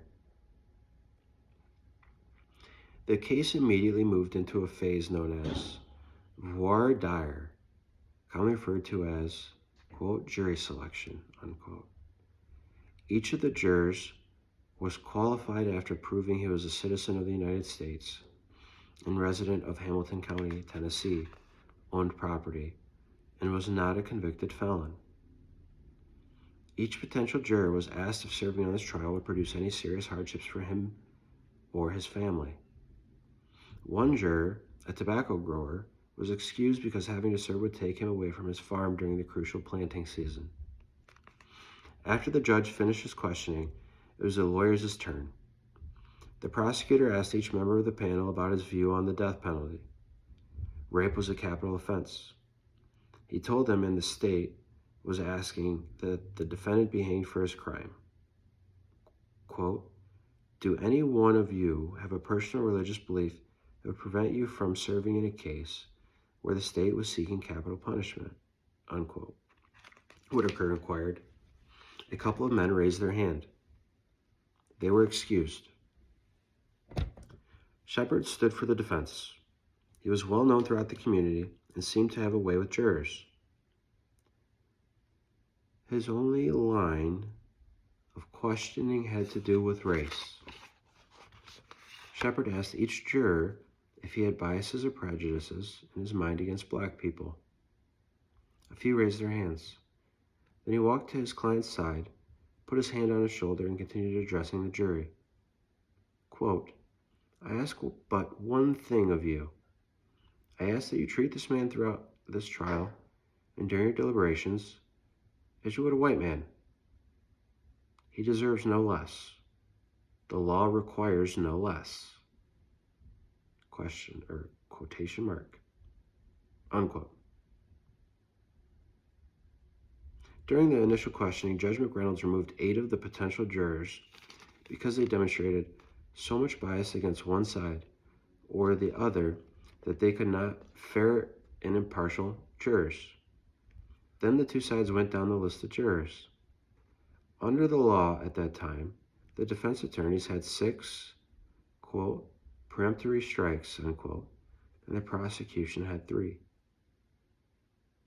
These they could use to remove any person they did not like or trust from the panel. The defense used all 6 of its strikes to remove persons who stated that they had already developed a strong opinion about the guilt of Ed Johnson. Prosecutors used their strikes to eliminate those who they thought expressed a little too much sympathy toward the defendant or who were not strong proponents of the death penalty. An hour after they began, they were done. Judge McReynolds asked a dozen men selected to stand in the jury box and raise their right hands. He administered the oath given to jurors, requiring that they follow the law and the Constitution. He told the panel that they could not read any newspaper accounts of the case, tell any family members or friends about what was happening inside the courtroom, or discuss the case or their feelings about it with other jurors until all the evidence and testimony had been presented to them. At that time, he told them, they would begin deliberations. With all the formalities out of the way, Judge McReynolds turned to District Attorney Matt Whitaker and told him to begin presenting his case. Both sides agreed to waive opening statements to the jury and move straight to the production of evidence and witnesses. This was a frequently agreed upon maneuver at the turn of the century, simply designed to move cases along more quickly. The prosecutor's first witness was Nevada Taylor. The courtroom filled with quieted whispers as she entered the doors at the back of the large hall. Young and appearing frail, Miss Taylor walked slowly to the front of the courtroom and onto the witness stand. Johnson had been calm and relaxed throughout the pretrial court proceedings, but the sight of the victim seemed to make him nervous and uneasy. A funeral hush pervaded the court. Not only did an air of solemnity prevail as the victim of the most horrible crime ever known entered the room and descended to the witness stand, but as she detailed the events of the fateful night, tears stood in the eyes of strong men. Brave officers whose daily tasks puts them face to face with the seamy side of life lost their nerve as the realization of the young lady's embarrassing position dawned upon them. Chattanooga Times, February 7th, 1906.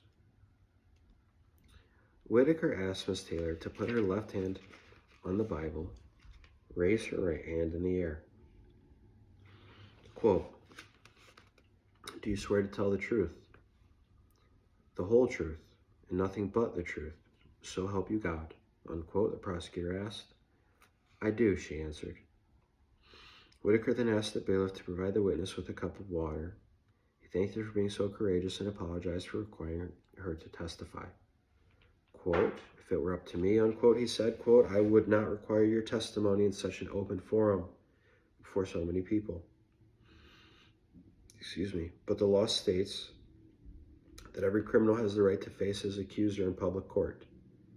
It is a law that should be amended." Unquote. The prosecutor then proceeded to ask the witness a series of questions. Whitaker: "Miss Taylor, would you state your name for the record?" Taylor: "Nevada Taylor." Whitaker: "Tell the jury your age." Taylor: "I'm 21. Whitaker: "Where do you live?" Taylor: "In St. Elmo. My father is a groundskeeper at the Forest Hill Cemetery. We live in a small house on the grounds." Whitaker: "What about your mother?" Taylor: "She died a few years ago." Whitaker: "Where do you work, Miss Taylor?" Taylor: "For the past 2 years, I have been a bookkeeper and a stenographer at the W.W. Brooks Grocery Company." Whitaker: "Okay, Miss Taylor, I'm going to ask you now about the night of January 23rd. Are you ready for that?" Taylor: "Yes." Whitaker: "Tell us, the best you can, what happened that night. Walk us through your evening." Taylor: "On the night of January 23rd, I left my work at 6 and went to St. Elmo on the car leaving the transfer station at 6. I reached what is known as the cemetery station at nearly 6:30 o'clock and started home, a distance, if it is measured, of nearly 2½ blocks. I heard someone behind me, but I did not think they were following me.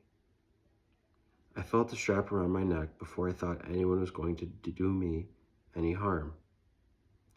I was by myself and was going toward the cemetery gate along the sidewalk on the west side of the street, near the broad fence which surrounds the marble yard. There are no houses along there. I had reached the end of the board fence when I felt the strap around my neck and was close to a place where 2 telegraph poles are close together. I had my pocketbook in one hand and my umbrella in the other. The man, whoever he was, took my pocketbook. Whitaker. What happened then, Miss Taylor? Taylor. I reached up and pulled the strap loose and screamed.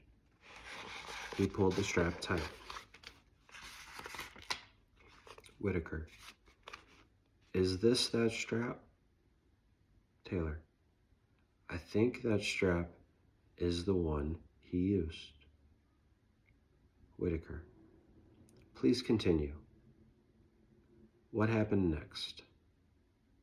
Taylor.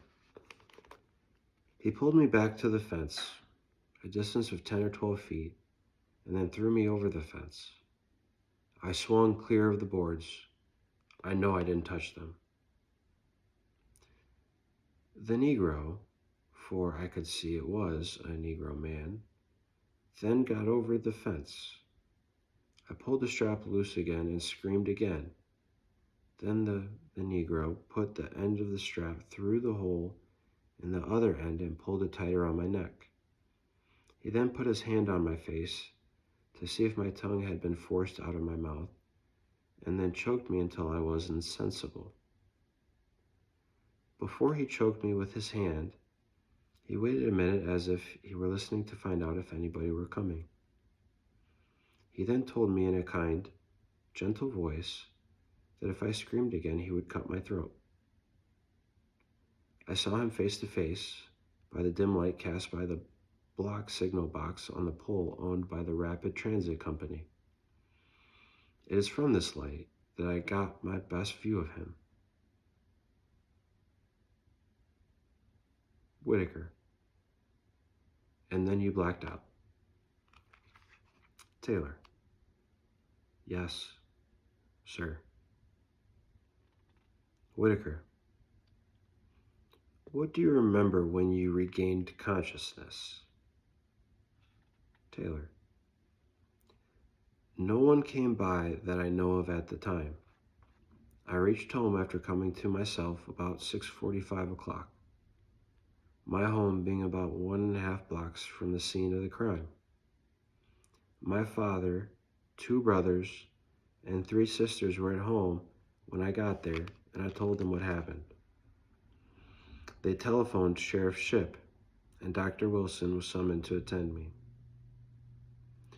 Do you remember anything else about the Negro brute who assaulted you? Taylor. He had on a dark sack coat. Whitaker. Miss Taylor, would you know the man again if you were to see him? Taylor. I think so. Whitaker. Is that man present in this courtroom today? Taylor. I believe he is the man, pointing to Ed Johnson, the only black person in the courtroom. The prosecutor then offered the witness the opportunity to take a brief break from testifying to drink some water or collect her thoughts. But Miss Taylor said she was ready to continue.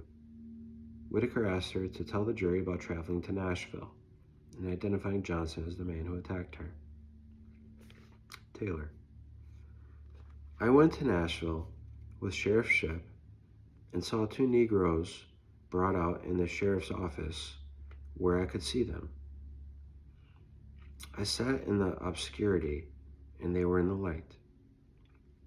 Sheriff Ship talked to them, and one of them, from his voice, his size, his face, and everything combined, I thought was the Negro who assaulted me.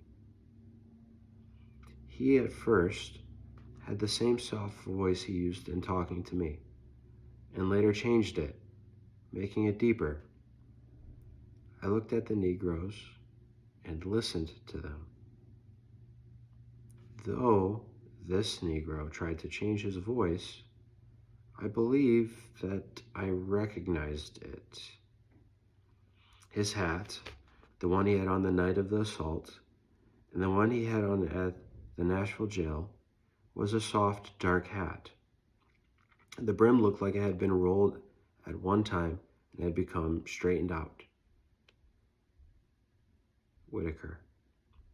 Miss Taylor, do you have any doubt in your mind that this Negro is the brute who assaulted you? Taylor. There is no trouble in my mind about this Negro being the right man. I want the guilty man punished, and I don't want an innocent man punished. With that, the prosecutor thanked Miss Taylor for her testimony and told McReynolds he had no further questions for the witness. The judge asked the defense team if they had any questions they wanted to ask the victim. Attorney Thomas rose from his chair and said he had just a few things to ask her. Before the trial had even begun, the defense attorneys had discussed how they would handle the victim when she took the witness stand. Shepard decided that the defense should not attack any parts of her testimony, nor should they disparage her in any way, he said. She was the victim in the case, and if they attacked her or even tried to get her to contradict her own testimony, the jury might hold it against their client. Instead, Shepard suggested that they use the cross-examination to try to elicit information from Ms. Taylor that might be helpful to their client. They also agreed that Thomas would be the appropriate person to question her, because he was the least threatening of the three. William G. Thomas walked towards Miss Taylor very slowly, asking if she would like to take a short break or needed some water. She responded that she was fine. The lawyer began by saying that he, too, appreciated her courage and the obvious pain and humiliation she was going through. It was painful to ask her even a single question, he said. No one from the defense would be casting doubt on her statements. What she had been through was horrible, something no woman should ever have to endure. And he said he agreed with her that the man guilty of this crime should be severely punished, probably killed. The lawyer then asked her what time it was when she stepped from the trolley car in the evening of the attack. Taylor, about 6:30 o'clock. Thomas, your house is how far from the station? Taylor, 2.5 blocks. Thomas, are there any buildings or trees blocking the line of sight between your house and the train station? Taylor, there are a few trees between them, but you can see my father's house from the depot. Thomas, could you see your house from the station that night? Taylor, I could see the lights from the house. It was too dark to see the house itself.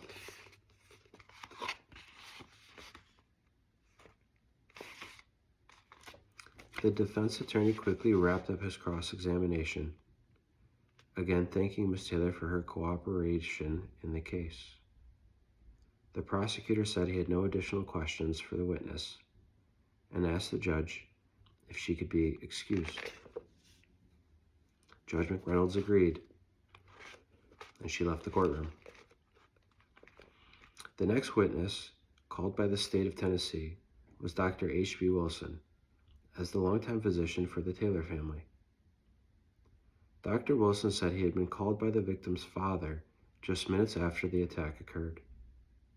He told jurors about the red streak around Nevada's Taylor's neck, about 2.5 inches in width, and bright red on the upper edges. Dr. Wilson told of watching Sheriff Shipp hold the leather strap that had been found near the scene of the crime up to the red streak around Miss Taylor's throat. Quote, "It matched," unquote, he said.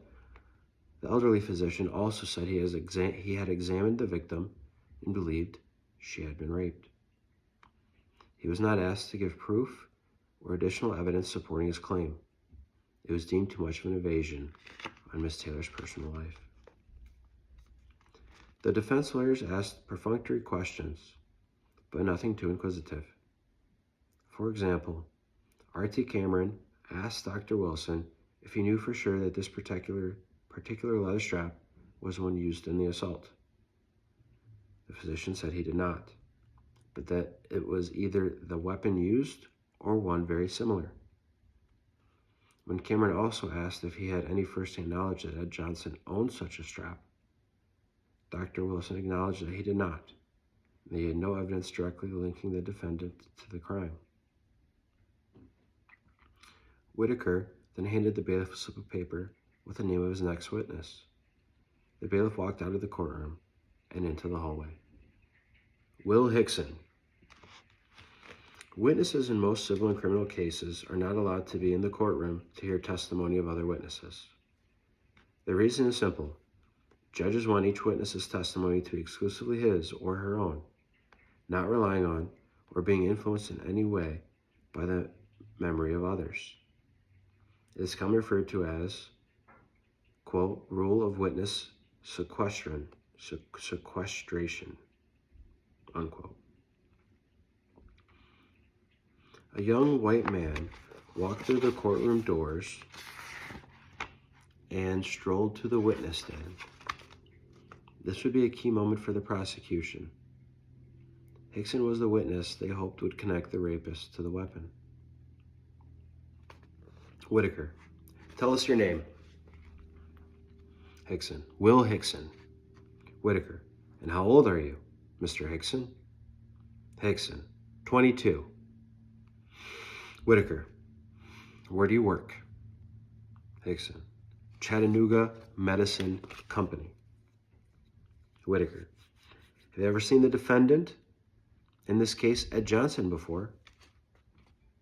Hickson. I believe so. Whitaker. Have you ever seen this strap before? Hickson. That one or one like it. Whitaker. Tell the jury what you told the sheriff. Hickson. At 5:50 o'clock on the evening of the assault, I saw the defendant with a strap in his hand closely resembling the strap you showed me near the scene of the crime. I know the Negro's face, for I've known him for about a month when he worked on the Rock Church 4 or 5 blocks away from where I saw him that night. Whitaker. Wasn't it very dark? Hickson. I saw him in the light made by 2 electric cars which passed each other at the cemetery station where Miss Taylor alighted from the car. I saw his face well and could not be mistaken in it. This defendant here is the Negro I saw. The Negro looked me full in the face for a minute and then turned away and walked up toward the cemetery gate. I saw him before, on Monday morning, for he asked me for a match at that time. I looked for the Negro good, for I had heard that on the night before, a purse had been snatched from a lady's hand in Mountain Junction. I helped find Johnson, for I remembered seeing the Negro with the strap on the night of the crime. I hunted for him from Wednesday morning at 10 until Thursday at 1 or 2. I finally saw him at that Rock Church talking to a Negro. Whitaker. What did you do then, Mr. Hickson? Hickson. I telephoned Sheriff Shipp, and he came out with some deputies. However, I followed the Negro, who turned and walked away when he saw me. He led me to Red Row, a black residential area, where I lost him. The sheriff and I found the Negro to whom Johnson was talking in Red Row and arrested him. We then went on and found Johnson riding on a wagon in front of Faust's stockyard. Deputy Kirkland arrested him." Unquote. If the defense attorneys intentionally avoiding attacking or questioning the credibility of Miss Taylor or Dr. Wilson, they took the opposite approach with Will Hickson. R.T. Cameron immediately challenged the witness's testimony and his motivations. Cameron asked Hickson how he knew it was 5:50 p.m. when he supposedly saw Ed Johnson that night. The witness said that the train station always blew its whistle at that time. The lawyer then questioned Hickson about the reward, getting the $375 being offered by the sheriff, the governor, and others was the only reason Hickson didn't come forward. Cameron shouted. Hickson said that wasn't true. Quote, "So you don't want the reward?" Unquote, Cameron asked. Quote, "Of course I do." Unquote, Hickson responded. Finally, the defense attorney asked Hickson about conversations the witnesses had had with Harvey McConnell, an older black man who supervised work at a church. This was the time that jurors and prosecutors had heard McConnell's name. It caused immediate speculation among those in court that he might become a surprise witness in the case. But Hickson emphatically denied he knew or had even spoken with McConnell about Johnson. "You are saying you weren't having a conversation with Harvey McConnell the day after the assault in St. Elmo, and during that conversation Ed Johnson walked by?" Cameron asked. Quote, "You're saying that's not true?" Unquote. Quote, "I did not have a conversation with any man named Harvey McConnell," the witness answered. Hickson also denied that he had ever told McConnell or anyone else prior to Ed Johnson's arrest that he was, that he was going to get the $375 reward for being offered. The next witness was Sheriff Joseph F. Shipp.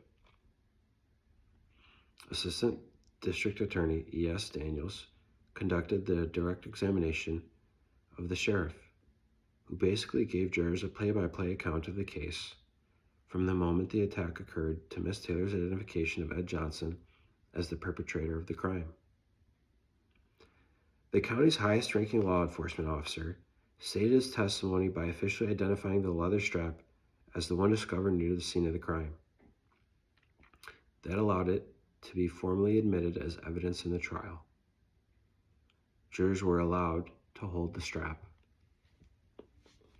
Sheriff Shipp said the victim had walked him through her steps the night of the attack and pointed out the specific spot where the crime took place.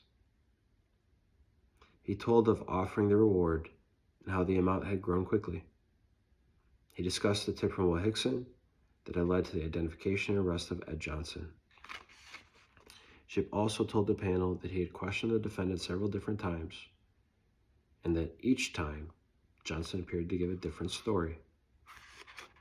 Quote, "The first story Johnson told me was he had gone to the Last Chance Saloon the night of January 23rd at about 6 and remained there until close-up.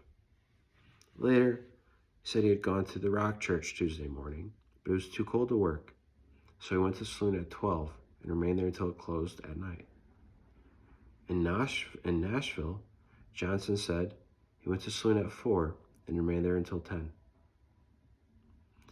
The sheriff told jurors that Johnson had tried to change his voice when Miss Taylor made her visit to the Nashville jail.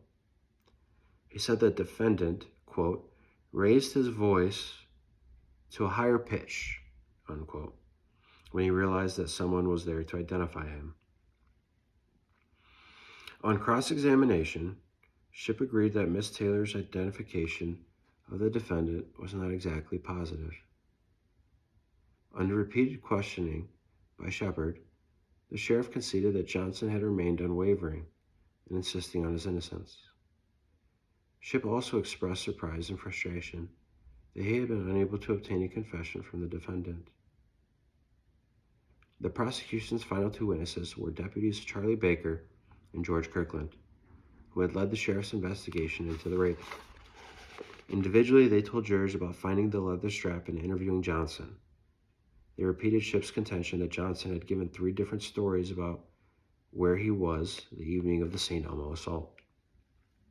With that, Whitaker rose from his chair and announced to the court, quote, "The state rests," unquote. With daylight almost gone and everyone in the courtroom appearing physically and emotionally exhausted, Shepard called the first witness for the defense to testify. It was none other than Ed Johnson. Quote, "Ed Johnson is a Negro with a particular method of walking, one whose eyes, when he is talking to one, seem to say that he is thinking of something foreign to the conversation, whose face is one of the strangest that can be imagined. He told his story in the strange voice which is so noticeable. His nose is sharp and his skin is very dark. His eyes are bloodshot. His nose seems to spring suddenly to its position, making an extraordinarily sharp angle with his forehead. The lower part of his nose and his mouth, including the front portion of his cheeks, protrude from his face in a curious fashion. He sat in the witness chair and grasped the arms of the chair with his hands, looking straight at the questioner and leaning far toward him as he answered questions." Chattanooga News, February 7, 1906. Lewis Shepard led his witness through the preliminaries in an effort to allow the jury to get to know Ed Johnson. The defendant said he was raised on Missionary Ridge. He now lived with his mother and father on Higley Row, a black residential area in the southern portion of the city limits of Chattanooga. He said he did odd jobs for people throughout the community. Every spring, he said, he worked at a local fertilizer plant. Throughout the fall and winter, he had helped put a roof on the church in St. Elmo. The witness told the jury he had only been arrested once before, and that was several years earlier, for trespassing. Then, Shepard moved directly to the issues that everyone wanted to know about. Johnson emphatically denied he was the attacker. He asserted his innocence in the strongest terms, saying he had never met or even seen Miss Taylor until she took the witness stand earlier that day. Johnson reiterated his claim that he was at the Last Chance Saloon at the time of the assault, and he adamantly denied the testimony of Sheriff Shipp that he had been told inconsistent stories. He said the sheriff and the deputies simply misunderstood what he was telling them about his whereabouts. Shepard, tell the jury how you spent that Tuesday. Johnson, I had been working on the rock church at St. Elmo since the day after Labor Day. On Monday, it rained, and we did not go to work that day.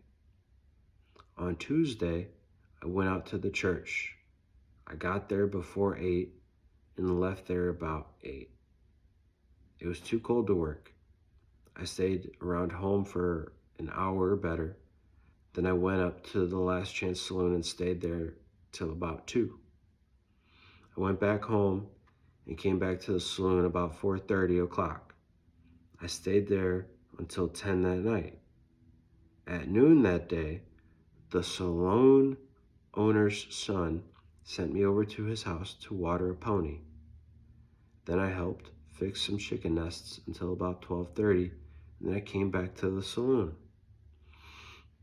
At 2, I left the saloon and went home and got dinner. I got back at 4:30 and stayed until 10 that night. Shepard, what did you do at the saloon? Johnson, I worked for the porter of the pool room. I kept pool tables there 2 or 3 times a week. Shepherd. What did you do that Tuesday? Johnson. When I got there, John Duckworth, a deputy sheriff, Jeff Lee, Mr. Jones, the owner, Uncle Ike Kelly, Joe Graves, and perhaps others were already there. Jeff asked me to fix the fire upstairs because it was getting cold in the pool room. Mr. Jones told me to light the lamps. Shepherd. How much money did you make that night? Johnson. Maybe $1 or $1.50. Shepherd. Did you ever leave the saloon that night for any extended period of time? Johnson. Mr. Jones sent me out for firewood a couple of times. Ed Johnson gave the court the names of 9 people who had seen him at the saloon throughout the evening. The witness said he spent the night at his mother's home at number 3 Higley Row. He said the next day, Wednesday, he was at the saloon from 7 a.m. until 10 p.m. because he was told by coworkers that it was too cold to hammer stone at the Rock Church. Shepherd. Tell the jury everything that happened Thursday. Johnson. I went to work Thursday morning and got there around 7:30 o'clock. I stayed at the church till 8. It was too cold to work, and we were not getting out again until noon. I went home. After I got there, Johnny McConnell, who drives Schultz Brothers' packing house wagon, came by around 9:30. We drove out to Whiteside, then we went to Sherman Heights, where he delivered his last load. We were driving back toward home when I was arrested. Mr. George Kirkland, a deputy sheriff, arrested me. Shepherd. Were you still on the wagon when he arrested you? Johnson. He came up to the wagon and stopped the driver and told him to, quote, wait a minute.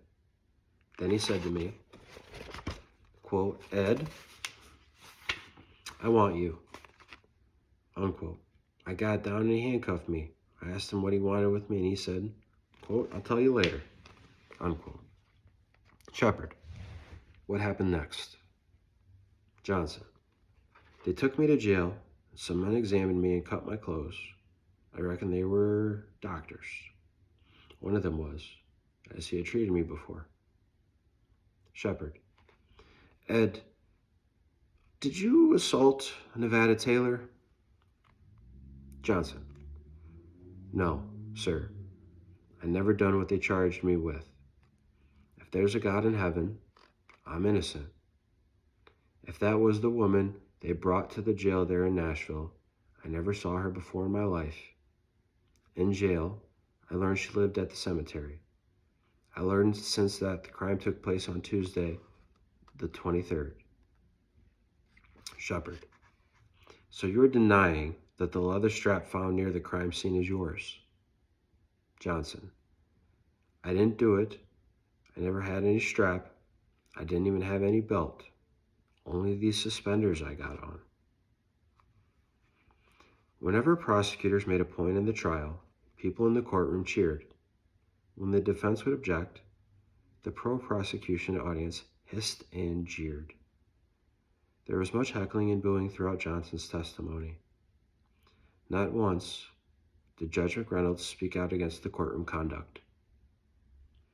On cross-examination by prosecutors, Johnson said he, quote, didn't notice or remember, unquote, changing his voice when Miss Taylor came to visit at the Nashville jail.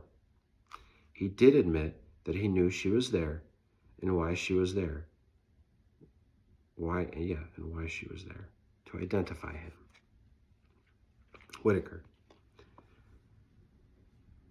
After Miss Taylor left that day, did you tell James Broden that you were afraid they had caught you? Johnson. No, sir. Whitaker. What did you tell him? Johnson. I told him that I guess they'll lay this crime on me. I told him I don't know what will become of me, so I gave him my ring and asked him to give it to my mother. Johnson concluded his testimony by saying he had never met Will Hickson. He said he didn't know who Hickson was, and he denied Hickson had given him a match the day before the assault. Johnson stepped down from the witness stand and was escorted by deputies back to his seat before the defense attorneys. Most people in the courtroom expected Judge McReynolds to recess for the day. After all, the clock on the back of the courtroom wall read past 8 p.m. But the judge had other plans. He asked the jury if they were tired or hungry, or if they could handle listening to a few more brief witnesses. The jurors agreed to keep going for another hour or so. McReynolds told the defense team to call its next witness. They gave the bailiff the name Jeff Lee. He would be the first person to attempt to corroborate Ed Johnson's testimony.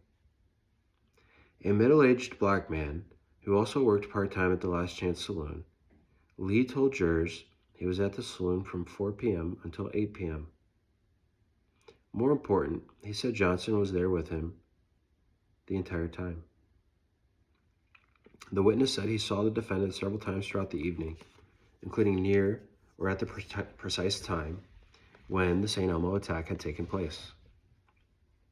Under cross-examination, Lee admitted that it was possible for Johnson to have left the saloon for as much as 30 minutes without anyone's noticing his absence.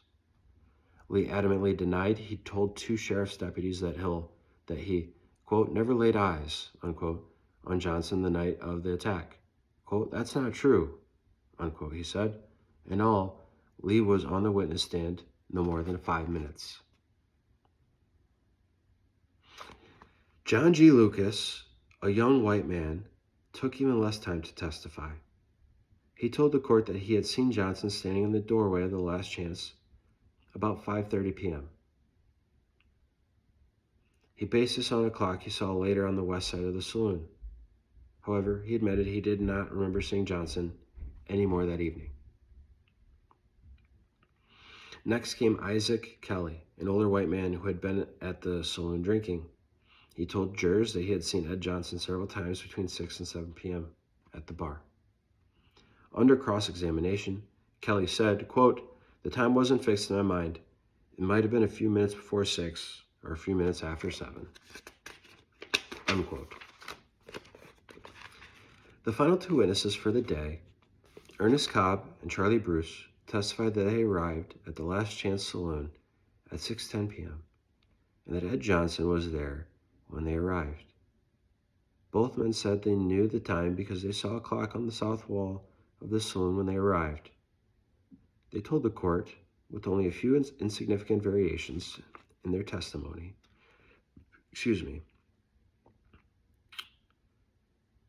that they had chatted with Johnson for several minutes and seen him at different times throughout the evening. Under cross-examination, neither man backtracked or flinched in his testimony. Quote, we've certainly heard a full day of testimony, unquote, Judge McReynolds told jurors as he excused them for the evening. Quote, I think everyone here is a little spent. Go home, have a good meal, get a good night's sleep. Tomorrow promises more of the same, unquote. 2 hours later, Shepard was sitting in his study at home preparing for the next day when he heard a knock at the door. It was Noah Pardon. The two men sipped coffee and talked about the first day.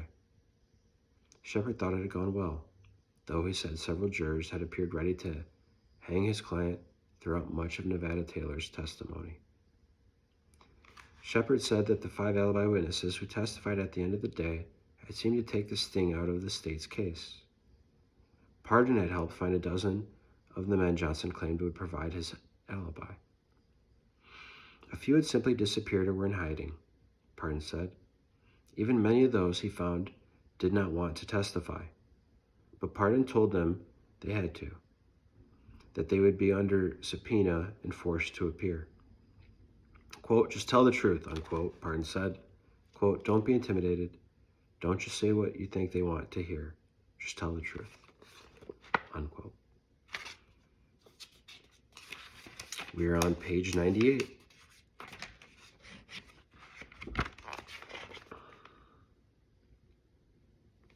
Thanks for being here. We'll get back at it tomorrow.